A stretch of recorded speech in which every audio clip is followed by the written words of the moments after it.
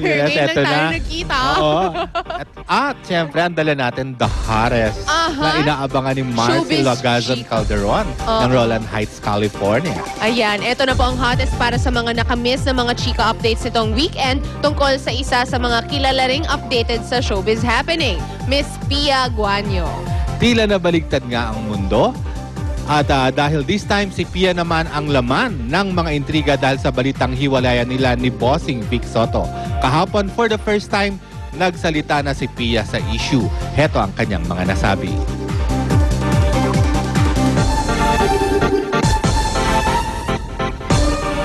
Pia Guanyo, binasag na ang kanyang katahimikan ukol sa isyong hiwalay na sila ni Vic Soto. Humigit kumulang na 3 linggo ng laman ng iba't ibang pahayagan ang di umanong pagwawakas ng halos 5 taong relasyon ng TV host na si Pia Guanyo at ng host comedian na si Vic Soto. Sa programang Showbiz Central kahapon, simula pa lamang nito ay nagbitaw na kaagad ng salita si Pia na hindi siya umiiwas sa issue at handa niyang sagutin ang kahit anumang katanungan ukol dito. At nang harapin na tanungin na nga siya ng kanyang mga co-host. Wala po kayong kailangang ikabahala or you have nothing really to worry about because me and Vic, we're very okay. There's nothing wrong with us. We're good. At sa kalaunan pa ng pagpapahayag ni Pia, di niya naiwasan ang pag-iyak nang hiniling niya ang pag-iintindi ng lahat. I really want to ask everyone's understanding right now. I just want you guys to give us more time. Be patient. This is not something that you just throw away in one go. Ayon sa kanya, tulad din lang ng ibang relasyon, natural lang daw na may ups and downs silang pinagdaraanan. At para matapos na ang issue dito, nilinaw ni Vic Soto via phone patch na very much together pa rin daw sila ni Pia at walang dapat ikabahala ang lahat. Kung ano man yung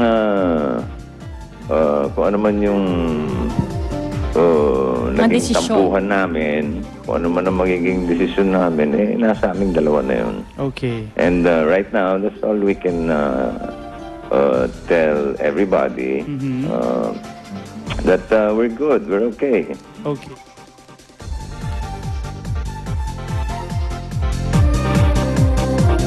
Ayun naman, di ba?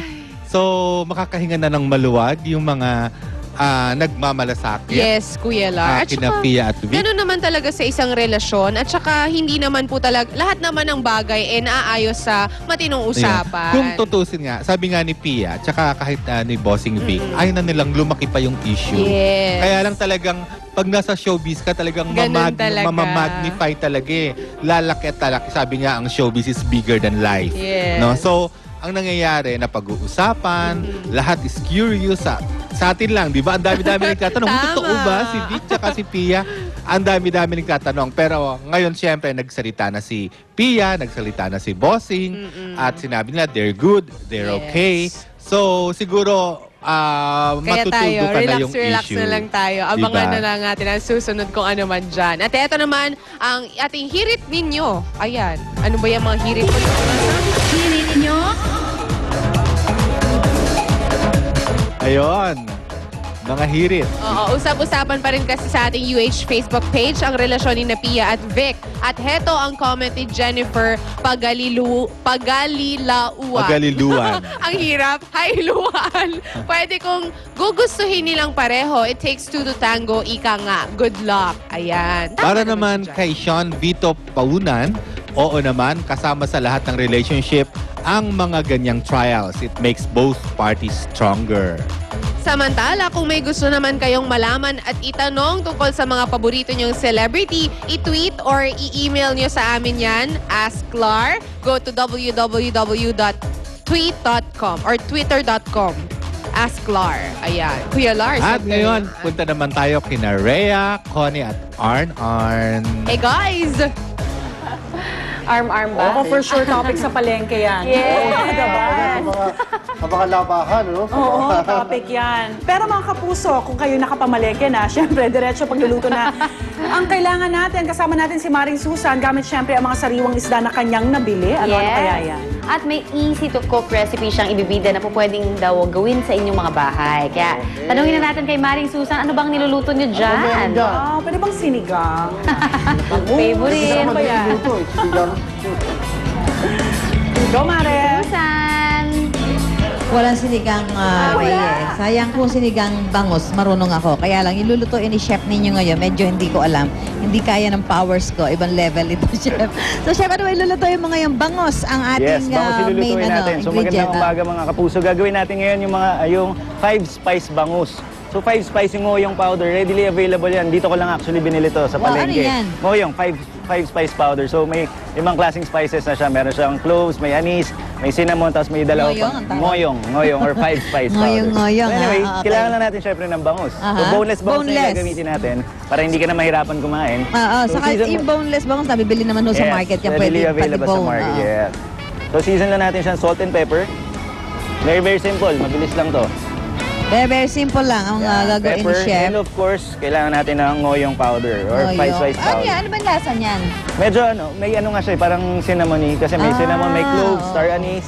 Okay. Parang Kahit ngayon ko lang marami, na-encounter gusto yung ngoyong na yan. Usually sa Chinese restaurant, meron siyang yung kinakain doon yung 5 spice ribs naman yon or salt and pepper ribs. So itong gagawin mo, chef, pwedeng ihanda ng mga nanay yan pagka Pwedeng, nagmamadali yung mga anak yes. nila sa Pwede rin. pagpasok. Magugustuhan ba ng mga kids yan? Of course, kasi medyo parang candy nga yung amoy niya eh. Parang candy. Yung amoy lang. Oo. Yeah, that's Yan. good. Then, Okay. gagawin natin sa akin, we're gonna dredge it in flour or para lang natin pupulbuhan yung bangus. Then, straight into the hot oil. Okay. Good. Ganun kasimple lang Ganun kasimple yan. lang.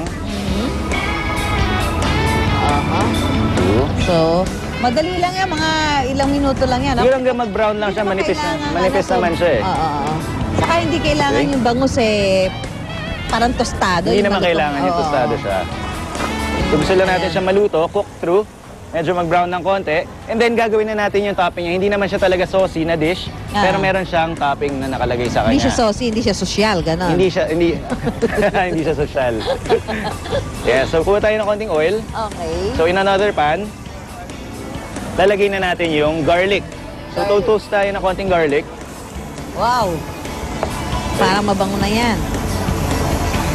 And then spring onions. So maraming spring onions, masarap to.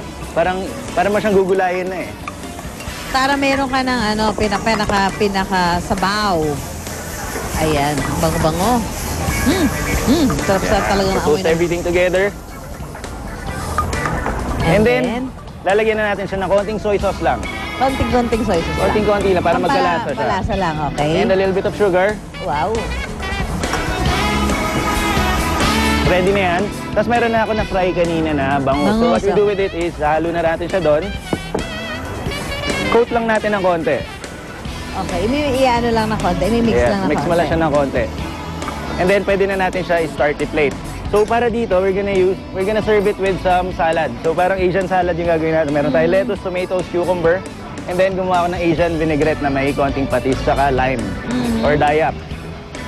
Wow. So just pour it in. Yan. Pwede ba sa breakfast yan? Pwede sa breakfast to kahit anong oras ng araw. Kasi very, very light dish lang siya.